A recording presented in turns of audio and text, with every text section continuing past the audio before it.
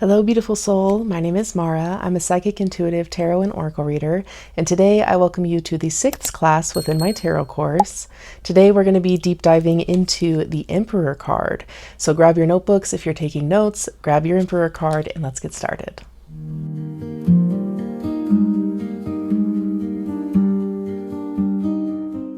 The archetype of the Emperor represents the power of structure.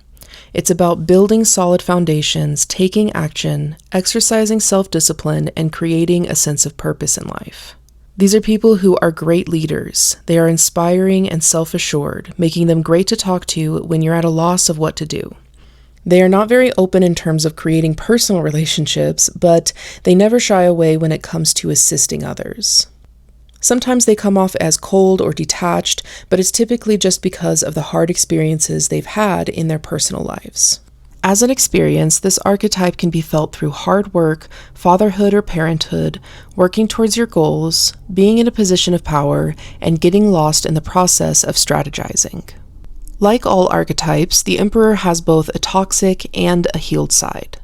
When toxic, the Emperor can be overly critical and demanding. They may have extremely high standards that others find impossible to meet, making them extremely difficult to work with or to feel relaxed around. They can be workaholics and perfectionists, leaving very little room for personal time. On a more emotional level, they can suffer from a lot of trauma that has caused them to feel inferior. They may struggle with having a voice or feeling confident in giving input. But when the Emperor is healed, he is uplifting and encouraging. He is self-disciplined and hard-working. He's typically seen as a beacon of clarity when others feel lost, and he thoroughly enjoys the process of helping others find their own sense of purpose and direction. He is excellent at dealing with chaotic situations, staying level-headed and grounded in the midst of a crisis. When healed or toxic, the Emperor has been through a lot. But when he is healed, he uses his past to empower himself and others. Overall, this archetype is intense and somewhat rigid. It may not be everyone's cup of tea to go through or to recognize in somebody else, but it's always helpful in the development of who you are and what you're creating. So now that you understand the archetype of this card, let's go ahead and explore how it's been developed over time, starting with the visual evolution. Starting with the Visconti Sforza, we see a depiction of the Holy Roman Emperor. He wears a crown with a double-headed eagle, which is a popular symbol of the Holy Roman Empire. He is dressed in royal regalia and is holding a golden sphere.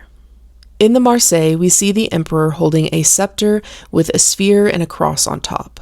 He also has a shield, much like the one we saw in the Empress card, having a heraldic eagle on it. In the Oswald Wirth depiction of the Emperor, we see that he's sitting down, holding a scepter in one hand and a sphere in the other. His chest plate has a sun and a moon symbol on it, and the heraldic eagle is carved into the cement block that he sits on. There is also an addition of a single red rose growing to the right of him. And lastly, in the Rider-Waite-Smith deck, the Emperor is seen sitting on a throne with 4 ram heads carved into it. He is wearing a red and blue robe with a crown of gems. He's holding a scepter in the shape of an ankh in one hand and a gold sphere in the other. In the background, we see a stream running along the bottom of a very large mountainscape. And the sky is red due to the setting sun. Desmarais describes the card as the king. Levy describes the card as the Hebrew letter Deleth, the emperor, the port or the government of the East, initiation, power, the tetragram, the quaternary, the cubic stone. Mathers describes it as the emperor, realization, effect, development. The Golden Dawn labels it as the son of the morning, chief among the mighty, emperor, war, victory, strife, ambition. And Waite describes the card as the emperor, stability, power, protection, realization, a great person, aid, reason, conviction, authority, and will. So now that you understand how this card has been developed over time, let's go ahead and jump into the symbolism, starting with numerology. The number 4 represents stability, practicality, and structure. It embodies hard work and reliability. This number is dedicated and persistent when it comes to achieving goals. It doesn't back down from challenges or obstacles, making it a great energy to channel when you need confidence and a sense of direction. This number is very serious, giving it a little bit of an overly cautious or detail-oriented influence. Overall, number 4 is very grounded and stubborn. Starting with the sky, we see it as a rich, vibrant shade of red fading into a yellow. This is the only card within the Rider-Waite-Smith that has a red sky. This color symbolizes authority, importance, passion, power, and strength. Remember that Pamela Coleman Smith, the artist of the Rider-Waite-Smith deck, was very purposeful about the colors that she used within the skies. Every card and their sky has a specific meaning. The clothing is colored in different shades of red, so we see that he is cloaked in the earlier mentioned qualities of this color. The blue sleeves represent honesty, intuition, communication, and balance. The scepter that he holds is depicted as an ankh, an ancient Egyptian symbol representing life, immortality, and the union of male and female principles. It is often referred to as the key of life. Scepters are a long-standing symbol of power and authority, making this another clear indicator of the emperor's power over his environment. The sphere in his left hand symbolizes his control and authority over earthly matters. Primary source materials let us know that the emperor is not someone who draws his intelligence and wisdom from a higher world. He possesses control over earthly life, pulling experience from a grounded place. Being part of his royal regalia, the crown is a symbol of status. The emperor is the king, the father, and the ruler of his domain. And this golden crown, decorated with gemstones, is a clear symbol of that. Throughout Terra's history, the emperors were all depicted as old men. This is to represent the experience and the wisdom that they hold. His long white beard reminds us that he has been through a lot and has lived a long time. There are few things that he has yet to experience, and with that comes a certain level of power and influence over others, especially those younger than him. The throne he sits on has 4 ram head carvings.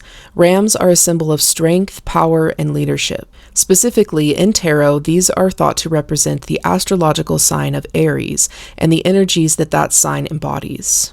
They also represent the emperor's virility, meaning that he is a divine masculine and projects a strong essence of strength and good health. Overall, it denotes swiftness, direction, and purpose. The mountains behind him represent the obstacles that he had to overcome in order to get to the position and the status of power that he has now. Being very rocky and void of any greenery, we see that these were likely dangerous, traumatic, and even life-threatening obstacles. The emperor had to survive through really tough terrain in order to get to where he is now. In the background, we see a river running along the base of the mountains. Like we've discussed before, water is a symbol of intuition, fluidity, emotions, and healing. This is likely a representation of the emperor's past endeavors and difficulties, leading him to a sense of deeper emotional understanding and healing experiences. This card is ruled by the element fire. Fire represents creation and destruction, passion, transformation, purification, and divination. When fire-dominant cards come out, it's typically pointing to a need for more assertive action. You must use your strength to overcome any obstacles. So there you have it. That's the Emperor.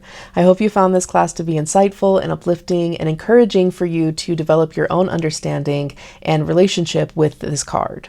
Up next, we're going to be deep diving into the Hierophant card, so stay tuned for that. If you're finding this course to be helpful along your own tarot journey, then please consider giving this video a thumbs up, sharing it, commenting, doing all the things to please the algorithm gods. I deeply appreciate it. And let me know what you're most excited about. What card is your favorite? What are you most excited to dive into? So thank you all for watching. I love you all. I hope you have a wonderful day. Blessed be.